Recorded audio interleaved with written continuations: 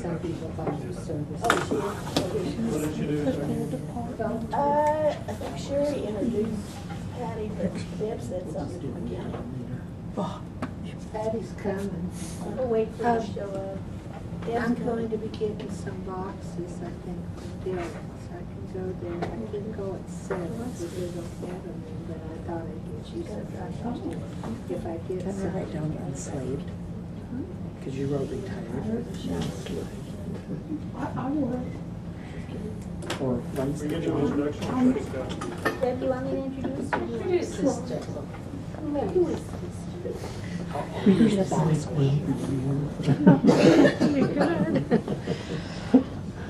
Good afternoon, everyone. Thank you for coming to another Forsyth Friday Forum. And today is going to be a copyright, and Masyn Phoenix will be speaking to you about it. So, take it away, Masyn. Yay. Thank you. That. So I will put these PowerPoints up online. Can we add something to our... I think I maybe can, I don't know if I can link them. We'll put them up online. I'll put a link to them with the YouTube video. So we'll start with a huge asterisk. I'm not a lawyer. I'm not offering legal advice. I am just offering some things you can think about when you're thinking about copyright or fair use or whatever for your own classes or your own use. All the choices you make are your own. Yes. So I'm going to start with the video.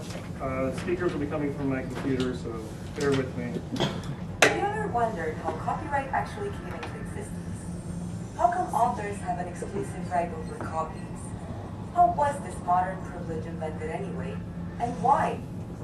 Love or hate it, you'll find out it's not at all how you imagined it.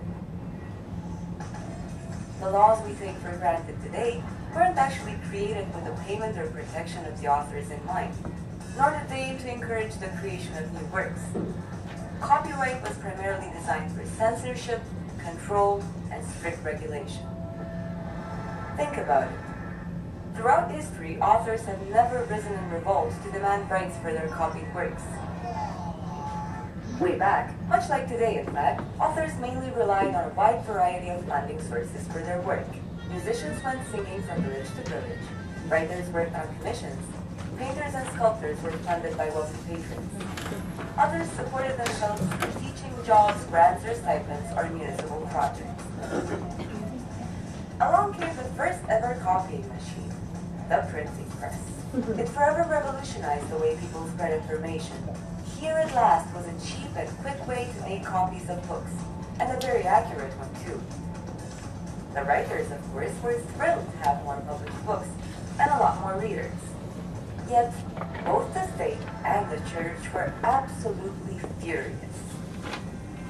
Suddenly, they could no longer control what people knew.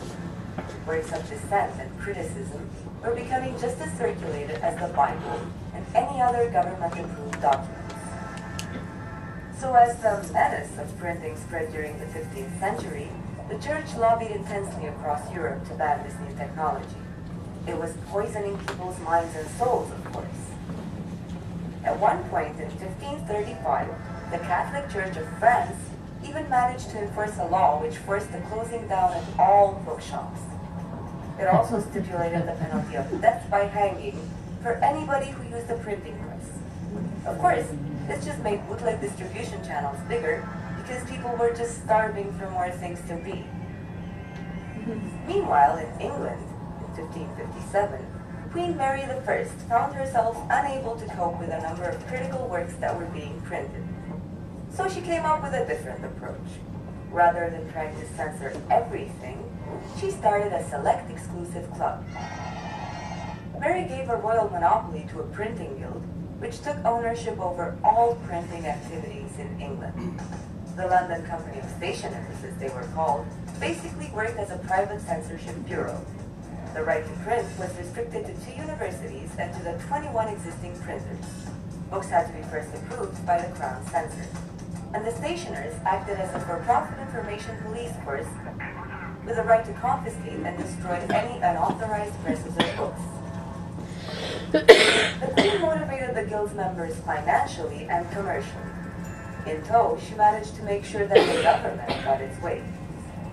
People were allowed their entertainment because there was obviously a lust for reading, but only as long as nothing politically destabilizing was in circulation. And of course, this monopoly over information rather openly served the booksellers and the government's interests. The authors weren't even recognized as the work's real writers in the company register. Cut to a century and a half later. By now, England's government has gradually relaxed its censorship control. The stationer's monopoly has been allowed to expire. This, of course, isn't making the stationers too happy. They were used to their little lucrative deal with the crown. So they gathered their families on the stairs of the Parliament. Tears in their eyes, they begged to have the monopoly reinstated. Of course, they know that Parliament has no interest in bringing back the recently abolished state censorship. So they come up with a new bright idea to support their interests. How about from now on, writers should own their works? The stationers argued that printing presses and distribution required a lot of money. The writers would always depend on printers to make their works generally available. And the printers had no problem with copyright originating with the author. They knew authors were trapped. Authors had little choice but to sign those rights right back to a publisher for distribution. Why would the authors demand powers that prevented the spreading of their own works? They had no need to seek financial reward to new copies. The only people threatened by the free circulation of works were the stationers themselves. After all, they were the only ones asking for copyright monopoly. In fact, they didn't care if books were being written or printed with no copyright in place. All they demanded was that their prints no longer be sold without copyright. The publishing lobbyists ultimately got what they wanted. The new monopoly came into force on April 10, 1710, as the first recognizably modern copyright law. The act, entitled the Statute of Anne, became a model copyright bill, both within the United Kingdom as well as internationally. Copyright, while clearly artificial, did make a compelling and credible case back then. The technology available at that time had some obvious limitations compared to the digital means authors have at their disposal today. Yet one can't help but notice some lawmaker and distributor behaviors which are as real today as they were 3 centuries ago. Fear-mongering. New technologies will destroy all jobs and businesses. The desire for absolute control. We get to decide about new copies. Incessant lobbying. Please, government, please hear us out. Repression. There will be no creativity without us. And perhaps most critically, The author is the least relevant cog in the mechanism. the author barely even matters. The old rules have less and less bearing in the new world. Maybe the time has come to teach the old dogs in power some new copyright tricks. Copying is a ritual. Copy me.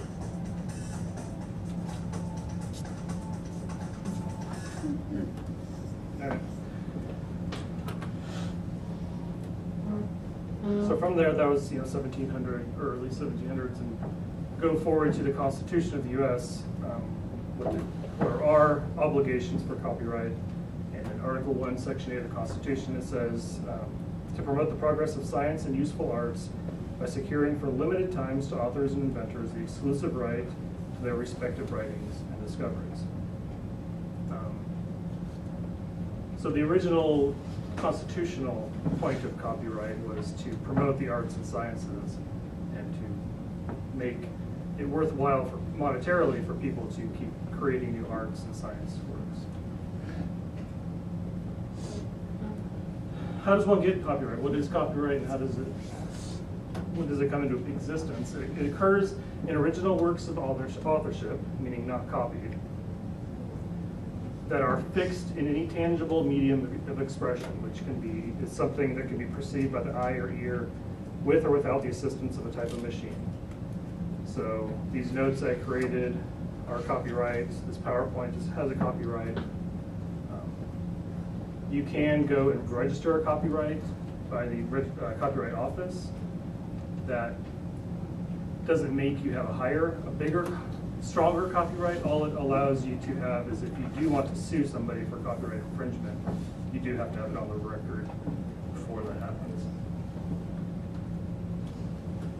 So what does this mean? What are copyrightable? You probably can't see that, but this, I should have made a list. But so I'll just read some of these: film, pantomimes, architectural works, plays, designs, poetry, motion pictures, video games, television scripts, audio recordings, catalogs, television shows, etc., etc. Things that are written down and creative original works. And what are not copyrightable: ideas, facts, works that are not fixed in a tangible medium of expression. So a conversation wouldn't be, unless somebody wrote it down or recorded it. Procedures, methods, and processes. So how to make a chair wouldn't be, but you could go into patent. That would go into patent law if somebody patented for that chair. Lists, like table of contents and recipe ingredients. And then works in the public domain, meaning works whose copyright has expired, or a lot of the works created by the U.S. government. You might say, well, why not all works created by the U.S. government? Because a lot of them, some of them were created by work for hire things, and those end up going under, being owned by the author who actually wrote it. And then how long does the copyright last? If the work was created before 1923, it's in the public domain, and you can do whatever you want with it. If it was created after January 1st, 1978, it's the life of the author plus 70 years. Or if it was created by a work for hire, then it is 95 years from publication or 120 years from the date of creation, whichever is shorter. And then in between that 23 and 78 period is a kind of a muddy situation where there's multiple laws that got in place. So basically it depends on what law was in place when the copyright ran out. Sometimes you had to have that little C on it in order to keep your copyright. You had to renew your copyright. You had to renew it with the Copyright Office. If you didn't, it lapsed. So if you're in doubt, treat it like a protected work. You might ask why 1923. In my limited studies, Mickey Mouse is the answer for that. So about 70 years after Mickey Mouse was created, a bunch of lobbyists got together, or Disney lobbyists got together and said, I think we should push that back a little bit further. Let's keep pushing it back. So when Mickey Mouse gets to be about 120 years old, let's see if that time period extends a little bit further.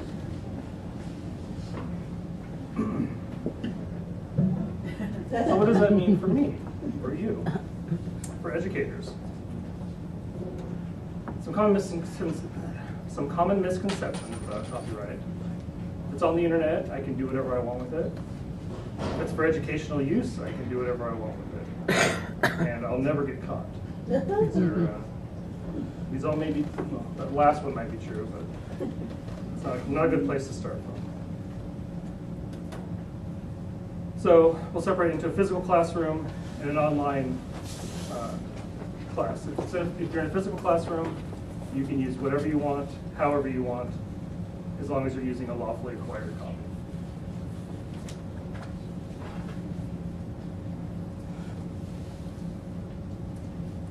And then going into online instruction, classes, items could be posted within a secure CMS if the instructor or the institution owns the copyright, or you're linking to outside legal content, or if you are using fair use, which I'll get back to later, or another exception like the Teach Act. If the items in the public domain are made available through open access or Creative Commons. If the rights holder grants permission, never hurts to ask. You can always write the person or email the person, ask for permission. Oftentimes they'll grant it, or you obtain a license to use the work. So what about fair use? In determining whether to use if a work falls under fair use, there are 4 factors. There's the purpose and character of the use. So is it commercial or non-commercial? Are we, most of us are using it within a non-commercial, not-for-profit not-for-profit university, so that's a pretty good use in our favor of fair use. And the second one is the nature of the copyrighted work, and that goes into if it's a fictional work or a non-fiction work. Fiction works are a little bit more under scrutiny, hold a little bit higher, hold more weight for the copyright holder, I should say. I'm getting all backwards. And then if it's published versus unpublished. So a work that is published is more likely to be in fair use than a work that is unpublished, because you're not giving that person the chance to get it out there themselves. And then if it's consumable, if it's something there's only one of, then it's not fair use, or there's less of a light weight. And I keep using the word weight because there's no formula for this. You got a bunch of stuff on one side and a bunch of stuff against it, and you kind of weigh it, and then at the end you make your best case judgment for yourself, because you're the one who's going to be held responsible for the choice of calling something fair use. And I'll talk more about that later, a little bit later. And the third one is the amount and substantiality of the portion. So a lot of people have heard about the 10% rule. You can use 10% of something that has no legal weight whatsoever. I'm going to mention two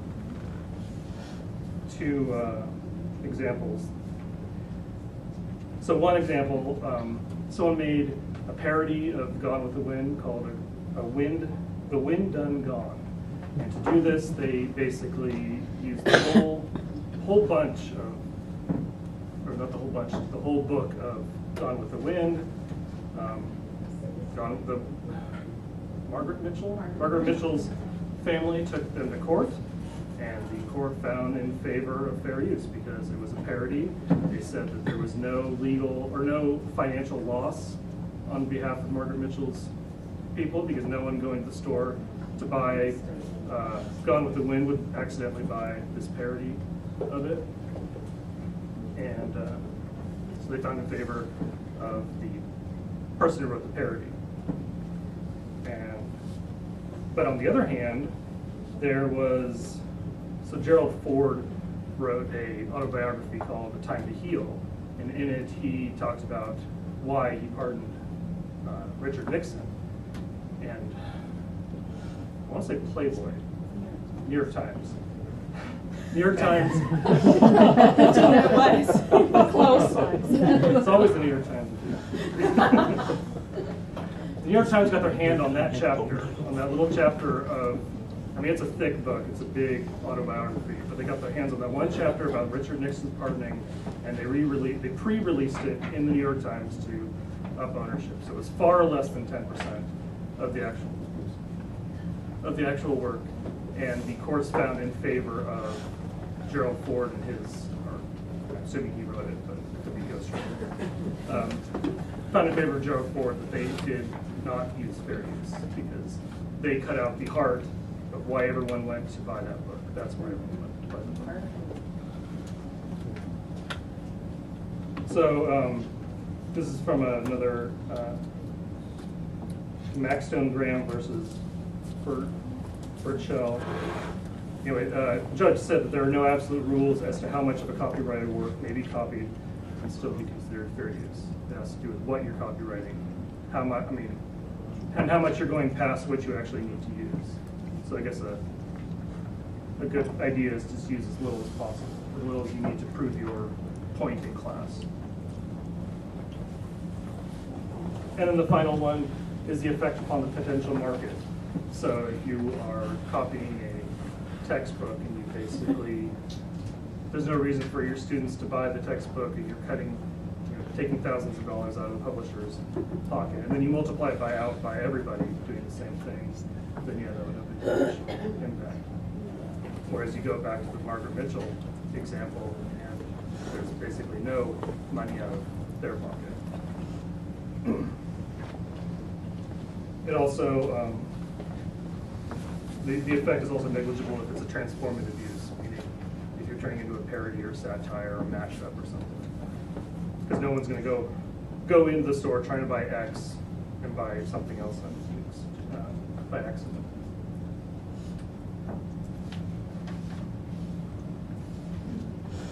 So I found this really nice copyright flowchart. It's, I mean, if you had it out, it'd be about this long. I just chopped out the middle of it, kind of where we got into fair use. And so you just kind of go along the flowchart. There's a link to it down here if you want to look at it once I send out the PowerPoint. But it starts off in this part, is it commercial and non-commercial? Is it non-commercial and educational use? If it's yes, then you come down to this middle section. Are you going to add new meaning to make it original? Yes or no? Rework and use it in a different way? Yes or no? Use a small portion of original work? Yes or no? And then if you do no, then you can't claim fair use. If you do yes, then give credit to the original creator. Stuff we all know is academics, but it's kind of hard when it gets into using work in our classes. We all know when we were writing papers, but not so much in class. So, I believe this is on the, I think this is from ALA, is this fair use evaluator. You just click through it, and it's you just type in what the thing is, your rationale, and your thought process behind it, and at the end, it will weigh the things and say if you have a good case for or against copyright. You can print it out or save it as a PDF also. It's worthwhile just to save those for yourself if you're going to use a bunch of stuff. That way, if, heaven forbid, you ever get taken to court, you can look at the paper. This is a paper one, I'll talk about this in a second. But you can look at it and say, this is where my thought process is behind it. This is what I weighed, and I thought that it's, I thought I was in the right place. And while that might not protect you in court, it would give the judge, hey, this person's at least thought it through. They didn't just do it because they were lazy. And this one is one from Columbia University that Kenneth Cruz created, and it's a two-sided. Since you're on, Yeah, back in yes. person. You can have more copies if you like, but it's just kind of a checklist to go through. I guess we can hand them out to everybody.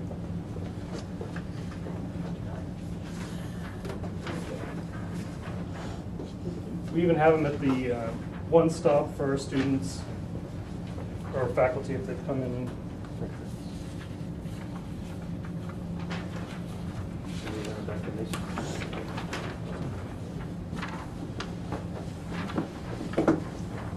And again, you just go through the checklist. And the time-consuming part is you have to do this for every item you want to use. If you want to put something in your, you want to use 20 articles, you can't put them as 20 articles for X. You got to go through each article. Why do I need to use this article? Why is it important?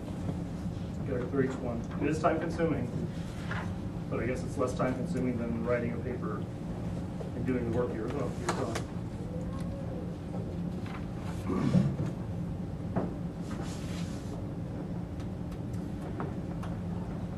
So online classes, so in class, as I said before, you can pretty much use whatever you want in class, and that's okay. The Teach Act is focused on online teaching again. Teach Act allows for reasonable and limited portions of dramatic, music, and literary works, full performance of any non-dramatic work, non-dramatic music or literary work, reasonable and limited portions of audiovisual works, and displays of works in any amount comparable to that which is displayed in the course of a live classroom session. So basically, it's trying to equalize an in-class experience for a student with an online experience. trying to make them the same. And so some of those definitions, dramatic music and literary works are works that are to be performed. So we're talking like spoken word, operas, plays, musicals, stuff like that. Not necessarily a movie, Hollywood movie. So that would be the dramatic, reasonable limited portion, the first one. The second one is non-dramatic music or literary work, which would be readings of stories, poetry, someone reading it, or performance of a musical work. And then audiovisual works. For that third one, the reasonable and limited portions are the films and television shows. And then reasonable and limited should be noted that it does not exclude the use of the entire work, but you need to have your thought processes again to back it up while you've done that. This doesn't show quite as well, but these are some examples. So I want to post to Blackboard clips from the Lord of the Rings trilogy films up in there. Clips from the Lord of the Rings to show how Hollywood uses CGI and special effects. It's an audiovisual format. You can use reasonable and limited portions. And orchestras playing Copeland's Appalachian Spring, you can use a full performance of that. But if there's a ballet performing the same piece, you can only use the reasonable and limited portions. And images of artwork of Frida Kahlo would be comparable to what you use in class.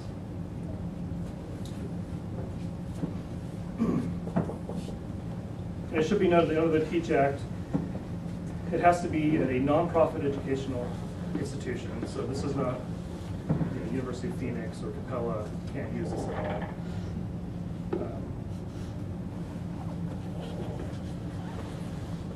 Then it has to be, you have to do your reasonable effort to put it behind a locked CMS, secure CMS. And then you also need to prevent students from retaining works after they've left the class to your best, which can be just posting a comment about that or some sort of something to that effect. So overall, your 7 options. If there's something you find something that's awesome, you want to use it for your class. Let's say you don't find something, but you have a need. You have a need of an article on something. So your first option is to create the material yourself or use something that the university owns, like the Forsyth Library. You can link to the material. Just put the link in your Blackboard shell and let the student find it on the open web. You can try it for fair use. You can try it for other exceptions like the Teach Act. You can use items that are already in the public domain or released under an open access or Creative Commons license. You can request permission from the rights holder, and that does include student work. So if you want to use students' work a semester later, you need to get permission from them. And then the last one, and the one we never want to do, but it's always an option, is obtain and pay for a license through the Copyright Clearance Center or Xanadu or some other option. And then a kind of a hybrid between that one and the very first one is see if the library will buy a copy of the book and we can make it available for a class or an article or a database. Any questions? Yeah. So I was thinking, you used the example of using an image of a Frida Kahlo painting. And I was wondering, since that's not the actual painting that's being used, would the copyright there on the photographer of that particular image, or how does that work? If it was a photograph of a thing, otherwise it might be a digital, might be whoever made the digital image of it, the scanned image. It might be, maybe Frida Kahlo's estate or whatever, probably owns the rights to that. So they would own the rights to it. I'm just wondering, like, how much rights they have to a reproduction of the original. But if in the case you're talking about, so you go to the Louvre and you photograph and lived through it, Yeah. photograph a famous painting, even if the painting itself isn't copyright, your photograph, you as the You own the photographer, copyright. and we see that like with archives, for example, and athletic associations, the photographer may actually have, at KU we tried to get digital photographs of athletic events into the archives. It was the photographer that owned those images, which is really, really, really mucky. Another interesting, I did mention I had that big word cloud of things that are copyrightable, but architectural drawings and the manifestations of them as well, too. There have been cases where they. Well, no, a building they is not. limited- No, where they limited the pictures of, say, the Chrysler building. There were lawsuits about that. I don't think any of those And the use of it in commercial things because it's owned. But even if I have a friend who posts a great photo on Facebook and I say, I love that, I'm going to make that my profile picture, that's a copyright copyright. violation, Yeah. which is really trivial, you know. I think the bigger thing to think about as authors, when we write an article, for example, and have that article published, looking at what we're giving away. Are we giving away the copyright to the publisher, or are we simply giving them a non-exclusive license to publish that in their magazine? That's a really critical issue for faculty. So a specific question. So I get a book to library, out of the library. I can photocopy up to a chapter, put it on Blackboard, or not photocopy, but copy, and put on Blackboard if I reference it. That's dicey. Yeah. You can make in-class copies. You can make in-class If it's a copies for face-to-face, sure. but in the Blackboard things, they would say that's a change of So format, I can make copies of it handed out in class. and then you get them back. Yeah. I will say though, you know, we had an electronic reserve system at KU when I was there, and we would put up a chapter for a specific period of time, and then it had to come down. Yeah. You couldn't put it up like the next semester. Successive semesters, yeah, that's the thing with the fair use. You can't, if you're teaching that class every semester, you can't keep claiming fair use, because there's an impact on the market then. And I did hear, I don't know if you took that copyright, there was a webinar last week about copyright, and they did mention they do what you're asking about, and it's, you know, what columns they were at. Pardon? Scanning. Scanning a and putting up on chapter, electronic reserves, but putting that's it behind also, Blackboard. it's behind Blackboard, but, you know. So was it a violation or not? No, they said it was fine. And isn't that what the Georgia State case was Yeah. about? Remind me, or do you, or is that fresh in your mind? I wrote my columns on Oh, it. Georgia State left their stuff wide open, and they left stuff in reserves for long periods of times, and did it openly. And some say that it was in order to push, to test what would happen and stuff. No decision's really been made, but they agreed I thought they it had came to through bring in it the summer. down. Oh, They had to put it back behind password access and stuff, but also from a fair use standpoint, they had to take stuff out that was being, and that's too, when we're in Blackboard, why we say link out, because that's what we're licensed to do. We're licensed to access it at the Yeah, native that's interface. probably the best way is to just link to it if you can, but with Right. some things. If it's You a- can't necessarily, right? You say if it's a book, you ought to see if it's available. in Well, and I did, format. and it wasn't. Okay. I was looking for case studies, actually. I would Now, I think had the it- book that a publisher had sent me for, you know, instructor's review. So I photocopied that and used it in class, but I don't want to put it on Blackboard.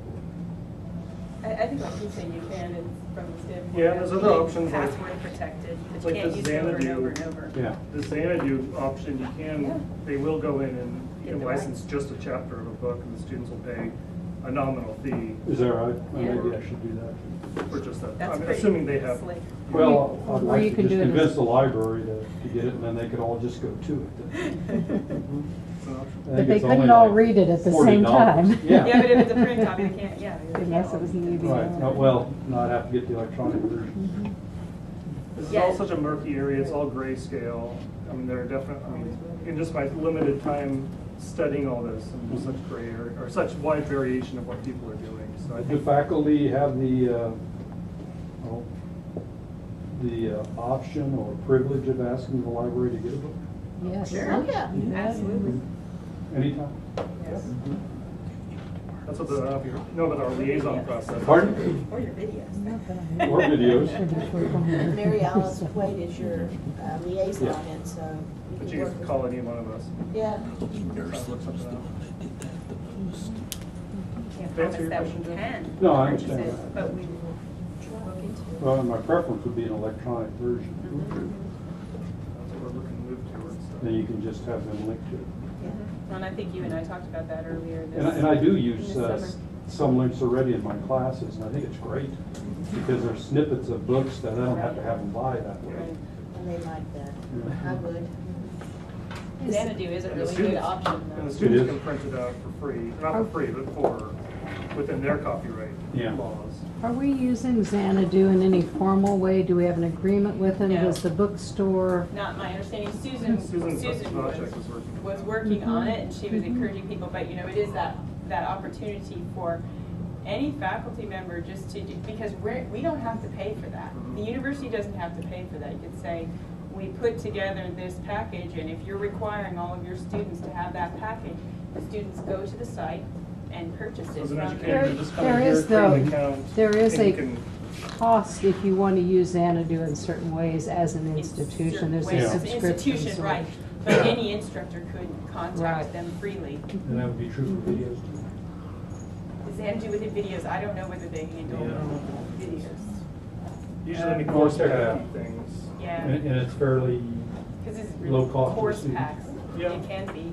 Depends what the Depends on what they are. publisher is charging Xanadu for the Yeah. licensing. check it out. Yeah, but they're fairly reasonable in They terms are. of their course, and they'll do the copyright clearance, everything's done for you, so it's a nice service.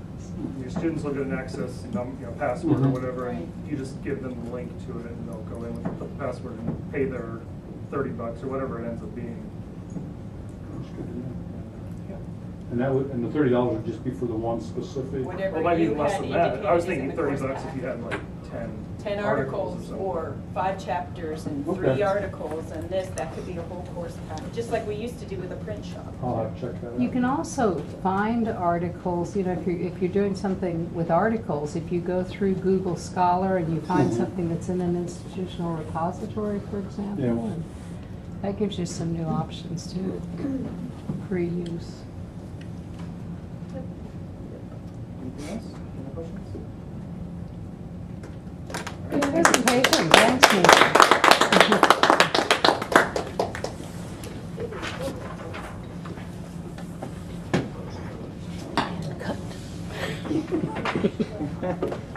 So I can cough.